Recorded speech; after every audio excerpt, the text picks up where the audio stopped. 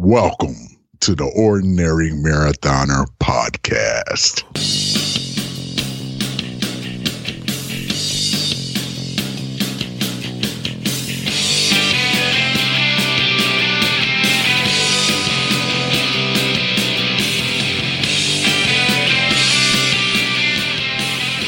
Hello and welcome to the Ordinary Marathoner Podcast. My name is Scott. I'll be your host today.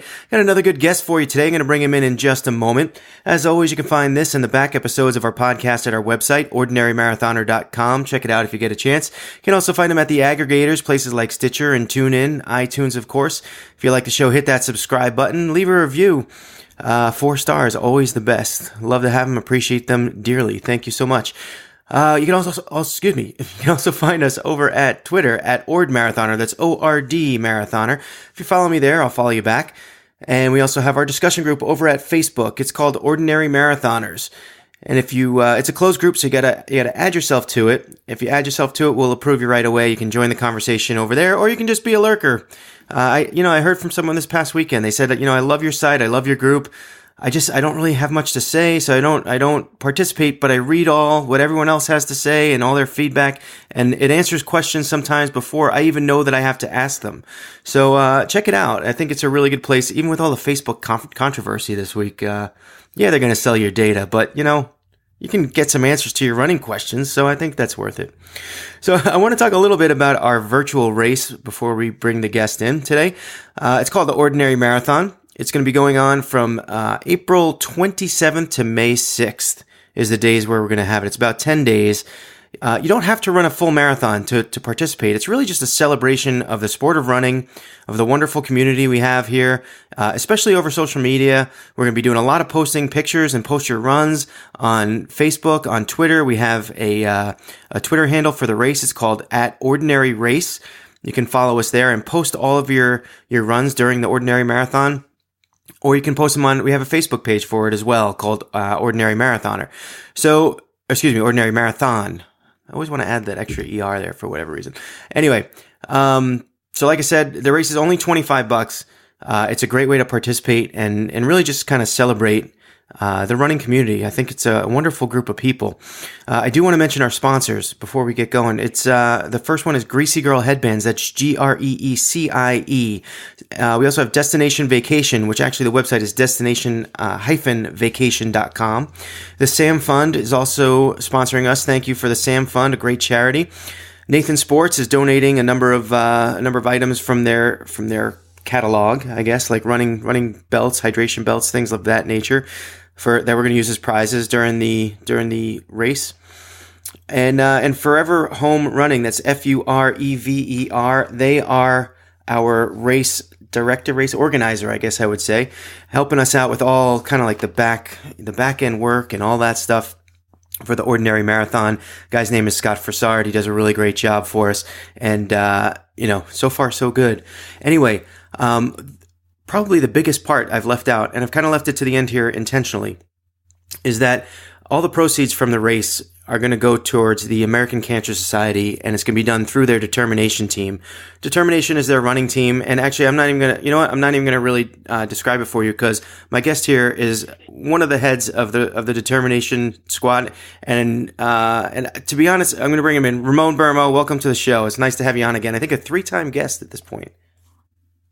Hi, how are you? I'm doing well. Here again. I love having you. What would you say? Everyone asks me, like, what's your title? And I don't really know, because I know that you do New York and you do Marine Corps Marathon, but you're not in charge of Chicago. So is it like the Northeast? Is that kind of what your territory is? Well, my true territory is New York and New Jersey. I'm now helping to grow the program along the Northeast. So we established a program both in New York, New Jersey, and Philadelphia. We're trying to get a presence in Boston, in Washington, D.C., North Virginia, Hartford, Connecticut, etc. Right. So I heard that you were expanding to Boston, too. That's interesting. Yeah. You got spots. Yeah. I kind of wanted to stick with the virtual race for now, because we did a race back in November, and we, I love teaming with you guys.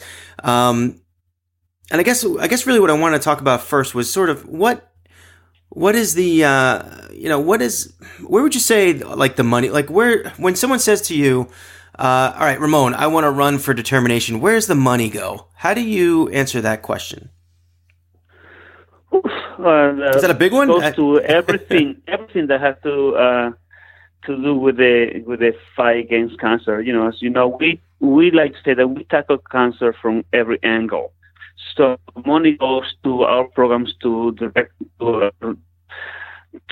health prevention. Of course, a lot of it goes to prevention research. As you know, we send. We are besides the government, we are the number one organization that provides money for research. As you know. Of course, and then we go to education. Education is also very important. And of course we have the ACSCAN, the arm of the American Cancer Society, which they work with the government on on creating the guidelines and all the programs. And like let's say behind every time you see a non-smoking, the American Cancer Society is behind that movement. So the money goes to every single item that you can think of that has to do with prevention and and of course support those that are going through the treatment. It's like we do so many things. There's not not like a one sentence type of answer. So, and I guess I kind of expected that. And I think I've been sort of associated and raising money for you guys since 2014. We did the New York City Marathon that year.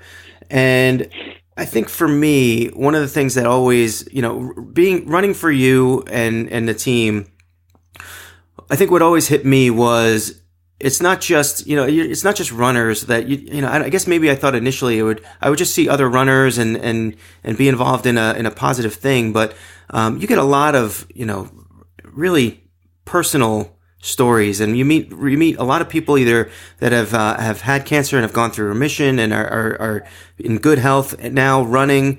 I see people like Michelle Brotman, and she talks directly about all the support that American Cancer Society has given to her through her journey. And I think that was one of the things that I didn't, I guess I did anticipate, or I figured it was there, but I didn't know to what degree I would actually experience sort of this personal relationship with the charity and personal relationship with the people that benefit from the things that you guys do. And obviously this is a major, how do you, I guess the question for you would be, how much is personal relationships and personal experiences go into what you put forth and the effort you put forth in your races and your job, really, I guess, and getting everyone together and for this great cause? Well, I think it's, for me, I make it personal. For me, it's all about the relationships, right?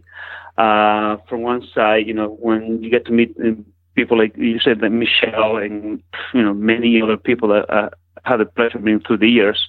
I've been working for nonprofits for 17 years, so I have met hundreds of people, hundreds of cancer survivors, but at the same time, I have met thousands of family members and friends that they participated or they get involved somehow. It's part of it. Just know that physically, you're making a difference. You're making a difference when you talk to people like Michelle. You hear from people that firsthand are thankful to the American Cancer Society because firsthand, you helped me directly, right? Yeah. But then also the families. For me, it's also a lot of families because I feel sometimes that the families feel powerless. Right. Because they don't know what to do. So you have all these family and friends that they're running because that's a way for them to this is something they can do. And it's almost like determination. They had this opportunity to do something. And it's not just race, they do something. Like they have these 22 weeks of training, of fundraising, of having in their minds that they do something every single day. They go out there and run. So it's that for me is very go run with them, and sometimes we don't talk about running. We just talk about what's going on. How's your family? How's your friend?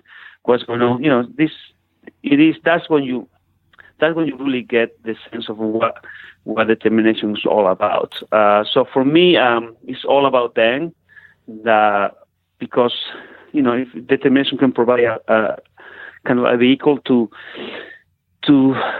feel them, empower them to do something. That's a great feeling for me.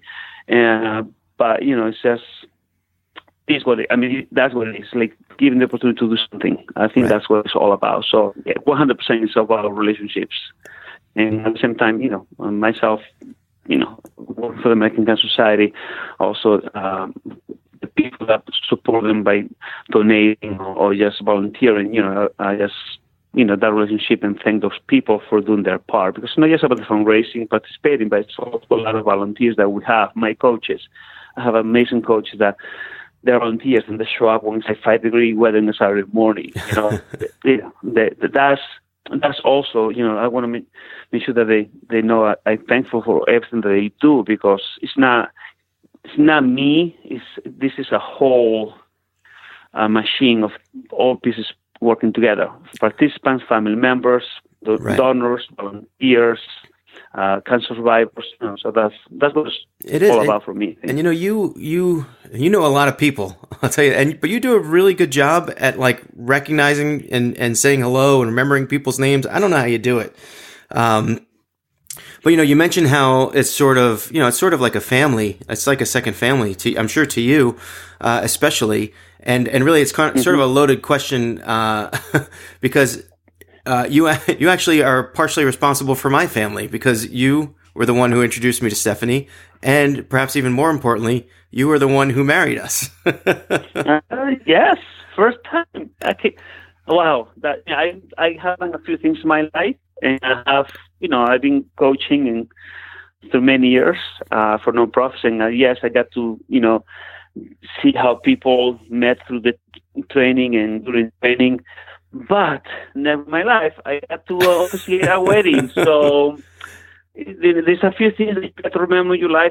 That would be one of them. Very nice. I'm glad we could do that for you. Yeah. When you asked me, I thought you wanted me to be at the wedding. But then when you asked me, like, no, you're gonna marry us. Like, what? It was a very, very special day. I thought it was a great day for everybody. I think the whole day was awesome. I hope you enjoyed it. For me, I think that was special. So it was a blast. Very special. We had, I think it was a blast, and we, obviously we had seen you speak in public before, and we knew you'd do a great job. And we always say it's almost like an insight. So I used to joke around with Stephanie that the only reason she became a fundraising mentor at American Cancer Society was to meet guys.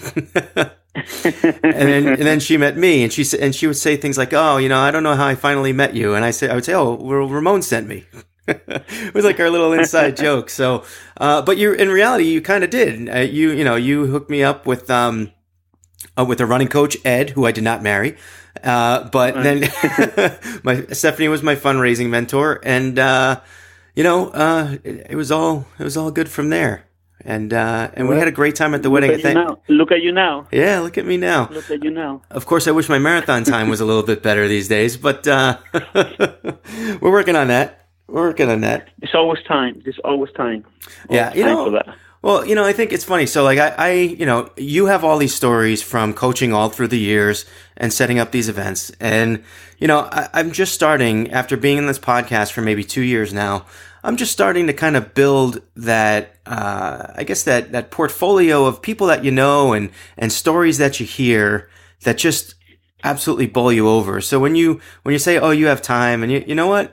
We had a guy on that ran his first marathon at the age of 70. He ran Chicago last year, and he's doing New York again this year. New York for the first time this year. He's a New Yorker. And man, what an inspiration, and what an amazing thing, and really just an amazing example. This guy's name was Glenn Eisenstein. He's actually running for the Sam Fund. His daughter is Samantha, which is also a cancer-related charity, I might add. Right. But, so inspiring, and it's true. It's never too late to start. I tried to get my dad to run one with me a few years back, but he didn't bite. He's like 75.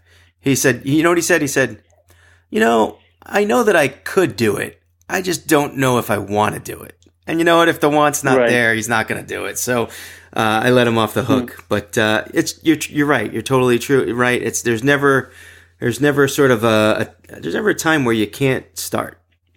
And you probably see it all the time too. Yeah. After my years, I've seen it. I don't want to say I've seen it all, but I've seen a lot of things, a lot of people running. For first time. If you have coached, let's say, 16,000, 17,000 people, I have to say at least 12,000 of those could have been first timers of runs or first time marathoners or half marathoners. Yeah. So yeah. So I've seen it all. It adds up. All right. You know, let's cut to break now. We're about 17 minutes in, but let's cut to break and let's come back. I want to talk to you about a couple different things. I want to talk about your upcoming events, and I also want to talk to you about a little race that you did recently. That was just a little jog up a few hills. A little jog. All right, we'll be right back with Ramon Bermo. All right.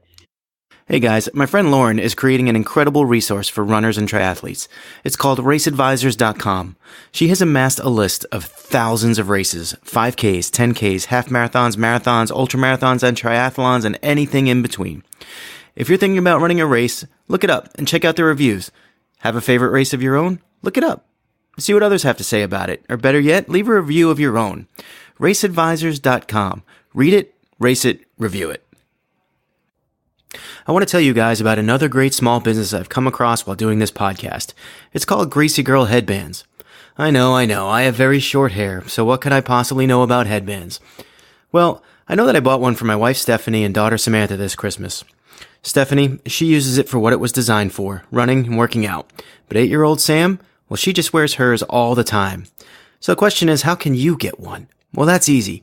You head on over to greasygirlheadbands.com. It's spelled GREECIE, girlheadbands.com, and select from the many styles and options they have available. I'm sure you'll find one that's just perfect for you. All right, we're back now from break with Ramon Bermo. Ramon, I guess the next thing I wanted to talk about was your upcoming events, because, you know, there's always, I know marathon season isn't it's usually towards the end of the summer, early fall. But you guys usually have other things planned. What do you got going on in the near future? Well, a lot of things happening. So I think my next events, we have a cycling event. We were able to secure spots into the 5-borough bike. So we have a team that will participate in the cycling event. It's a great event to the 5 boroughs of the New York City. Then I have, I put together this 5K, 10K. That is the only charity event that closes the GW Bridge. That's just an entry fee type of event. It's a great event, probably one of the most beautiful and really fast. After that, we have our Over the Edge event, which you get to rappel 34 floors down a building with amazing views of New York City. That's an experience like no other. So, that's crazy. You guys do that every year, and I can't imagine doing that. It's funny. Like we say, you're a racing team, but there's more to it. I mean, rappelling down a building. Yeah. I don't know that I could do awesome. That. I'm afraid of heights. I'm really afraid of heights. I have managed the event now for 5 years, and I finally did it last year. Oh, you hadn't done it? Somebody convinced me last minute. I did it. And it's really, really, really a great experience. It's just really going over the edge. That when you hear one leg out, now the other one, that other one, the challenge. But once you're out, then you got nowhere else to go. Yeah, then you have to just basically get it on the building. It's very awesome. So those are the next 3 events. Then we also have, then the fall, we're now recruiting for the fall. We have, of course, our premier event, which is the New York City Marathon. We're now recruiting for that. But we also have teams for the Marine Corps Marathon. That's a great event. The friendliest event. You have the Hartford Marathon, the Half Marathon. And also New Jersey and Massachusetts, we have spots into the Falmouth Road Race, the New Balance Falmouth Road Race. It's a beautiful course. It's a 7-mile course. A lot of elite runners in a beautiful place in Cape Cod.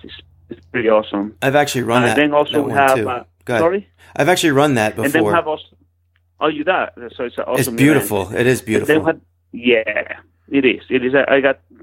I went there like 3 weeks ago to get familiar with the event in the area, and all the stuff was really, really great. Yep. And then, of course, we also have the Hampton Marathon and Half Marathon this year. For those that are they're looking for like a flat, fast, great event in the Hamptons, New York. But those are kind of the kind of running events, and I'm also added 2 motorcycling events this year. We had the Grand Fondo, New Jersey, which is an awesome event in New Jersey through beautiful areas in New Jersey, and also we had a Ride to Montauk, 100 plus miles if you wanna. That's what you wanna do. So those are kind of the rest of the season. As of now, that's all the events that we have now to the end of the year. So here in the Northeast. Are you guys doing the wine glass again this year, or did that one come off? Not this year. Not this year. We probably going to be added. That's going to be added next year. Yeah. We're going to be adding a chapter in the upstate New York area. So we hope to add Buffalo, and wine glass, and maybe Albany. So we're going to be adding Lake Tahoe as well. So we're going to be adding a few more events in the upstate area next year. Gotcha. Yeah, you sound like you're a busy guy lately, man. That's a lot. That's a lot of races. Well, I have some help. I'm trying to just, to help the different markets to build determination. Expand it out, right? So you said you're in Hartford this year, right? Have you always been there too, or no? Well, we have an office there, but Hartford will be. Actually, they've been doing Hartford. But just as kind of not as part of the termination program, so they did not provide any amenities. They don't provide any training or anything like that. I think they just gave the opportunity to people to do it. Yeah. I'm contemplating. I don't know what I'm going to do. I have to do one in the fall. I'm doing the Ironman again in Lake Placid. Am I going to see you there? Maybe yes, maybe not. That's July 20. Yeah, somewhere in the back end of July. Something like that. Yeah. Yeah. Sundays. I'm depends how things go. Yeah. I remember last year you were kind of on the fence and you didn't wind up going. Yeah. Which is why I did so poorly. I didn't have you there to cheer me on. So. to harass you. Right. But no, it was it's a great time up there. It is a good time, yeah. A beautiful course, beautiful place.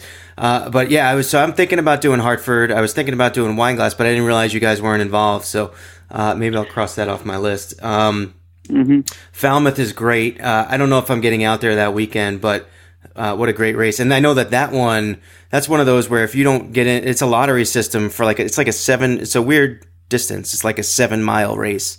And, yeah. And it's like the first day you got to enter. I think it's even a lottery system now where you got to get in quick. Yes. Uh-huh. So basically, if you're not in it already, you got to go through a charity in order to get in. So, what a beautiful course. I remember I ran it on a beautiful day. The first 2 or 3 miles were kind of canopied in the woods, and then you come out on the beach in Cape Cod, which is beautiful. It's hot, but it's beautiful. Yeah, I mean, it is August, right? Yeah, and it's there's a hill at the end. I don't know. It was a beautiful race, well worth it, and they do a really good job supporting it as well. A lot of free food when you finish and everything. It's great. So you guys, speaking of you being busy, you just got back from Barcelona, right? Yes. How did that one go? You did the Barcelona Marathon. Yeah. I'm from Spain, and that's one of the reasons why I knew the race. I'd done the race before, and I did it for time. So, when you do it for time, you don't really get to enjoy it, right? You just run it and look at the watch the whole time. At this time, I took a team, and because I knew it was a great race, and this time I wasn't going to run it, but decided to jump in and see what happens. So I ran it, and I got to really look around. And I'm not being biased, but I have number 70 marathon. Of all the 70 marathons, that was the most beautiful course for a city marathon, not for a trail or anything, but for city. The course is the most beautiful course you can see in any city marathon. Wow! It's every single kilometer, every single mile is beautiful. I've been in Paris. Paris is great, but not every single mile of the Paris Marathon is a great marathon. Yeah. Which, by the way, we also do in Paris next year. Yeah. Barcelona, I would highly recommend it. A lot of people cheering. They had 30 plus drum groups there playing the drums through the whole race. A lot of cheers. We had better weather as well. That's great. I mean, I think we would have loved to have do that too. It's so hard to do the international, but I mean, it sounded, everyone I spoke to said it was a great time and great race, great time. And, I like that you're doing the one race per, one international race per year too. It's kind of like a nice little twist that you guys offer. And I know that Stephanie and I were already thinking about Paris, and it's like, we were in the same stage with Barcelona. We really, really wanted to do it. It's just, can we do it? Can we get there? Can we get it all done? Going to Europe at the time is as cheap as going anywhere in the United States. It's actually, I think the price about $450. Wow. Hotels are pretty cheap there. It's like, I think I paid for a nice hotel right in the center of Barcelona, like $116 or $120 per day. Jeez. So it's not, when you start looking at it, it's like going to San Francisco. You probably spend more money going to Lake Placid than you spend the whole week in Barcelona. You might be right. No, for real. You might be right. Yeah. You might be right. Yeah, it is. So, if you can, I highly recommend it. You will not be disappointed. And it's a great race. And so you also, this past weekend, you did the New York City half. And they rolled out a new course this year, right? They usually run through Central Park, through Times Square, and then down West Side Highway, all in Manhattan. And this year they started it in Brooklyn, coming up the Manhattan Bridge they crossed?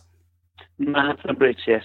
And then they upped the FDR Drive to 42nd Street, so they could also go through Times Square, and then pretty much did a whole loop in Central Park and finished kind of on the Upper West Side there. What was the feeling that you got from the runners after this race? First, it was cold. It was. It was very cold. You were there, so it was very cold. It was very, especially at the start. They were held at the corrals for a while. Yeah. It took out the corrals. They were at the corrals probably an hour. So it was a cold morning to be waiting. People, I expected more complaints about the hills in the park. I didn't hear too much of that. That's a good sign. That probably means people behave in the early miles. I think the course, I ran it before. The course I think it's a nicer course than before. Right. View-wise, because you get to go through, the bridge and you see all Manhattan. You get into it. You go to the FDR. You still have Times Square and the park. So, of course, to enjoy, I think it's definitely better than the previous. It's not as fast. I gotta say, it's gotta be probably a couple of minutes slower than the previous. Yeah. Just because you have the hills in the park at the end and the bridge, which is half a mile up, half a mile down. Now, did it go over Harlem Hill? Harlem Hill is like my nemesis. No, it didn't. It didn't, right? It just missed it because I looked at the map and I'm like, oh, it's kind of up there. So I thought maybe they were doing it. I even told Anthony Marino to be careful and save energy because I think he's going to hit a big hill. But I think they cut it a little bit short of Harlem Hill, right? Yeah.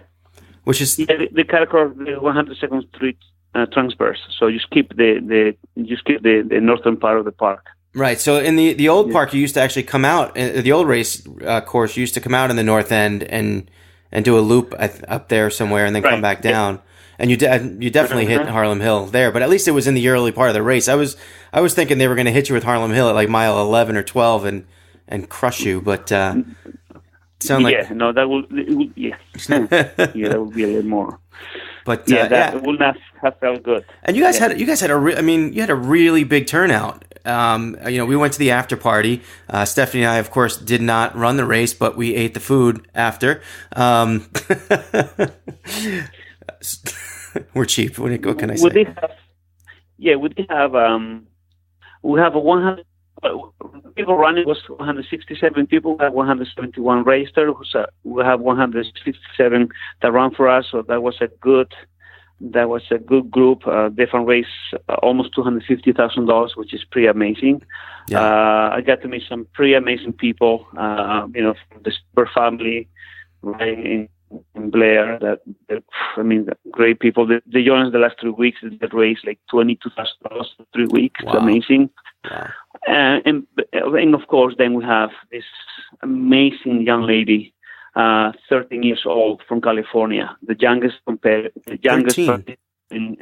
13 years old. And she raised $200, her first half marathon, And not just that she ran it because her aunt, passed from cancer, but she has her own conditions, has a lung condition, and still did not allow her own condition to get in the way. And she ran the 13.1 miles, fundraised $2,400 all the way from California to Gulf, New York City.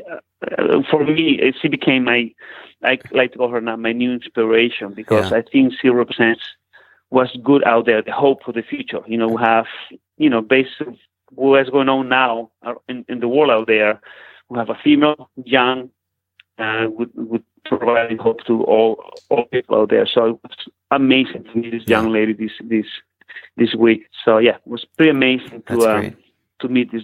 That was the highlight of my weekend, if you ask me. I think I would be remiss if I didn't throw a shout out to my buddy Anthony Marino, who ran his first half marathon. Oh yes, he works for American Cancer Society. He's actually the one who first said to me, "Hey, do you want to run a marathon? I think I can get you into New York." And I said no. and then 2 days later, I thought about it, and I'm like, let me see if he can get me in. And I think you were the one that he called, and the rest is history. Now I'm running marathons. Remember that. I remember that. Yeah, but he did a great job. I'm pretty impressed with him. Yep. Yeah, I'm very impressed with him. He did really well, and he trained. I know he trained up there, and he was committed. He's a big guy. So it takes. Yeah, I was very proud of him. I got to see him a couple of times during the race, and yes, really proud to see him out there and being active and complete his first half marathon. It's great. And, sort of, I guess similar, I was there 4 years ago. So, and he's, I think, a year younger than me. So, I'm wondering, I guess what I'm wondering next from him is whether or not he's going to take the next step and try a full, or if he's even going to try another half, or if he's going to hang him up. I got a feeling he might do another half. I think, I would bet that's his next. Think so. Yeah. I would bet that's his next step. He will. He mentioned already. I'm looking for the next one already. He did mention. He said via email, "I'm looking for the next." He didn't mention it was a half, but he's looking for his next challenge. So whatever that is. Yeah. That's what happens. That's the disease, right? You run the race, it hurts, and then you stop, and then you're like, I'll never do this again. And then a few minutes later, you're like, when's the next one? And speaking of which, I want to take this to a personal level now for you, because, we sit here and we talk about, you said you ran 70 marathons. I know you've done probably a dozen Ironman races in the past. I think most notably, though, was last year. I just remember watching all your social media posts. You've probably done ultras before, but I bet you haven't done a 200-mile race before. Was this your first 200-miler? Yes, last year was my first 205 miles. It was awesome. I did it because I turned 50 last year, so it was a way to celebrate. Yep. The Tahoe 200, it was called, right?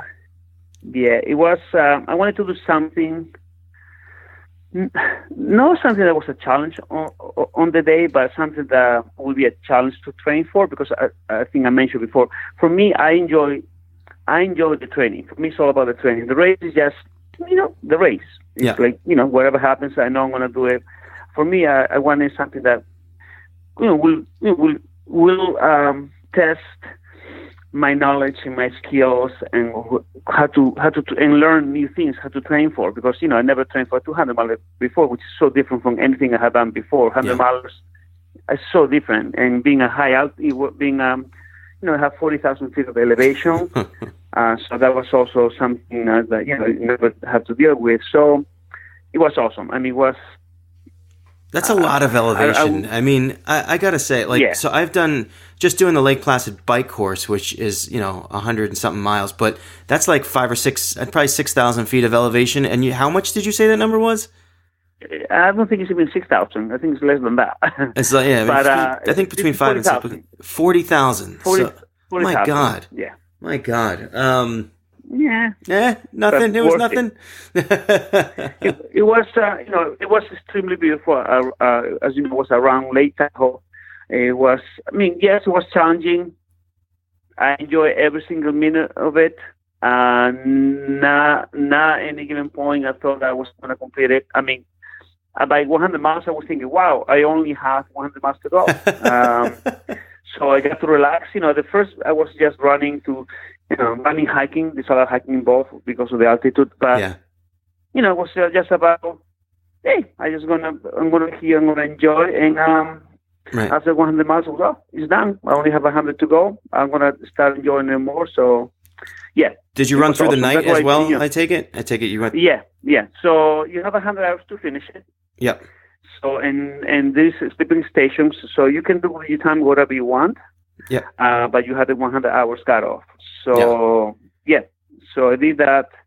I did 83 hours, just not care about time. I enjoy so much that I don't know if you know, but this year I'm doing 238 miles. I remember seeing something about that a while back. Yeah. So when is that? Yeah. What's this one called? You're like excited. That's October. It's October? That's in October. Okay. And are you still training for that? Or let me ask you this.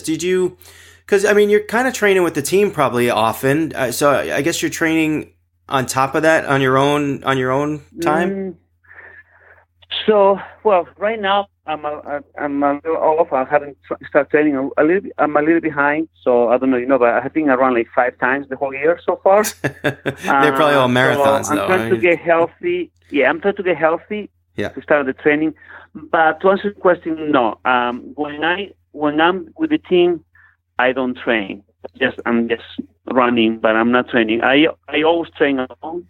Yep. So I did all the training on my own. Running with the team is like what we call the extra miles, but it's not really training. Right. So well, I guess your concern is on everyone, right? You're the coach, so your concern is on everybody else and not really your own. Exactly. It's not about me. Yeah, it's not about me. It's about it's about people there. So yes, I get to run some miles, but I'm not training. I'm just there to coach. So I do all my training, all the training on my own. I did a lot of. So last year I did a lot of hiking because I knew I was going to have to hike a lot. So I did a lot of hiking days. I spent like 12, 14, 16-hour days where just hiking. If I could run, I was just hiking it just to, get my brain used to it. Yeah. For my 50th birthday, I did hike for 24 miles. Yeah. I started, the last day of in my 40s, I did 24-hour hike. So, I just did anything that, not about the physical training, but mostly about the mental training. Because it was going to be as mental as physical, and that's what I did. And it wasn't like giving birth. I know it was hard at one point, but now that it couldn't be that hard. I want to do it again. You do it again. That's what we do all the time, as you mentioned before. Yeah, and I had the same thing last year. I finished Lake Placid, and I wanted to do another one. And I did Maryland 2 months later. So it's kind of it's an interesting feeling. But yeah, definitely, it's definitely like contagious once you do it once, and you just want to do bigger and better things. So. Good luck to you on training and getting to that. What'd you say, 238? 238 in Moab, Utah. Yeah. I think you should run in the Ordinary Marathon. It's a virtual race. You might have heard of it.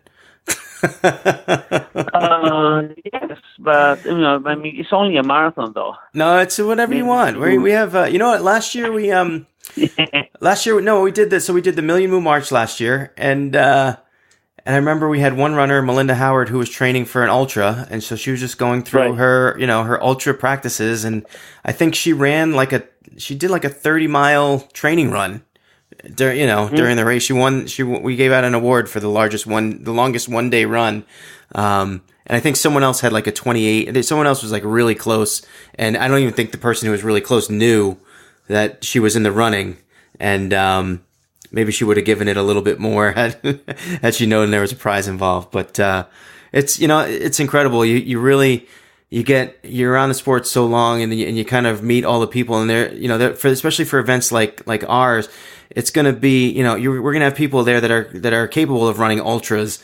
And then we're going to have people there who maybe are taking their first steps off the couch, which I think, it's funny. Like you would almost think that the people running the ultras are like the people that you grab onto more and you would follow and you just aspire to be like them. But sometimes, it's the stories of the people that are just getting up and starting to get moving. They're so, they can go through ups and downs, but when they're excited about it and when they're, and you see the change, I have a friend of mine who works at a running store, and she said that the most exciting time for her at the running store is when someone comes in and says for the very first time that they want to buy their first pair of running shoes. And so I think that, it's sometimes the stories of people just starting are the most inspirational. Yeah. I'm one of those. I don't, they do have a lot of people there following the leads. I don't even know who the leads are. I don't get inspired by leads. I don't I know a couple of them, but people who won the marathon? I have never idea who won the Well, Shalane won, I bet. That was pretty, Shalane was pretty inspirational.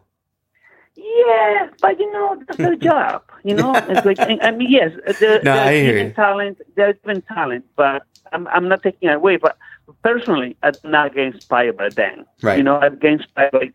I like what you just mentioned. Like when somebody starts running, the excitement, the nervousness, everything. That's what running's all about. Yep. That's what when something really means something to you. You know what I mean? So I get inspired by the everyday Joe that either it's to break the best time or start running or whatever. Those are the people that I get inspired by. Yeah. I mean, the elite athletes, they're amazing, and I respect them, my God, 100%. I wish I was one of them, but it's not what is really inspired me to get out there. You know what I mean? Yeah. And, it's amazing. I think the sport in general has so much of that, and from the elite level all the way down to so many people that are just starting out, and I said I think the other week, just kind of a random stat I threw out there was like, if you meet a random person, the chances are maybe like 10% that they're kind of like a jerk. And then if you meet a normal runner, like any runner, the chances are way lower that they're a jerk there, because everyone just seems to be so supportive, and everyone has their own story and their own reason for running. And it's just a really tight knit, a wonderful community, really a supportive community, including everyone that I've ever met from Determination, which is why I keep going back. Yeah, we are a good bunch. Yes, that's the best. That's what the best thing about Determination is, the people. And I always tell people the best part of my job, besides that I somehow I feel I make a difference, is that people I get to meet. People. I mean, like you. I mean, people that for whatever reason they just say, "Okay, will you marry us?" Right? But I mean, for every reason, the people I get to meet, is just by far, it's like what I really enjoy. People that put their heart out in what they do, and just the quality of people that I meet. That's what the number one reason why I love my job. I do love what I do because of the people. You know. Yeah, and it shows, and I think I think you guys do a great job over there. I'm going to run down some of the races again for anyone who's interested. You have the rappelling event, you have the GW bridge runs, you have New York City Marathon, obviously Marine Corps Marathon, Hartford Marathon, Hartford Half, the Falmouth Road Race in Falmouth, Cape Cod. And those are the ones I manage. But then, of course, we have the Philadelphia Marathon, Chicago Marathon as well. Yep. We have the Broadest Tree coming up soon in Philadelphia as well. Yep. And you said the Grand Fondo, New Jersey. Great popular event. Right. Yeah. Grand Fondo, New Jersey. We have the Ride to Mountain. Yeah. So, if any of you guys out there are interested, I mean, you could just Google Determination American Cancer Society, and it'll pop up there. And there's a rundown usually of all the events. And hey, pick whichever one you're interested in, get involved. It's a really incredible organization made up of incredible people. You'll learn a lot about yourself. You'll learn a lot about others, and especially this horrible disease that we all, working towards eradicating. I think, your best day, Ramon, your best day on the job is when no one has to raise money for cancer anymore because it's all gone. Yeah. But, until that day, I'm sure you'll keep working hard, and I thank you for it. Thank you so much. And thank you for having me. Thank you for everyone listening, and looking forward to see you. Any questions? I'm here. Thanks. All right. Sounds good. All right. So that we're gonna wrap it up there. I think I'm not really sure who's gonna be on next week. I have like a dozen guests and I could just start picking out of a hat. But we'll get a few people on. I think I'm going to try to do a couple episodes a week here because the list is getting pretty long. So, maybe next Tuesday, next Wednesday, we'll have the next one, and I'll try to squeeze 2 episodes a week in for the next couple weeks. We'll see if we can do that. Although I got to be training too. I need my training. So anyway, thanks again to Ramon Bermo, and always remember, when it comes to running, I'm no expert. I'm just ordinary.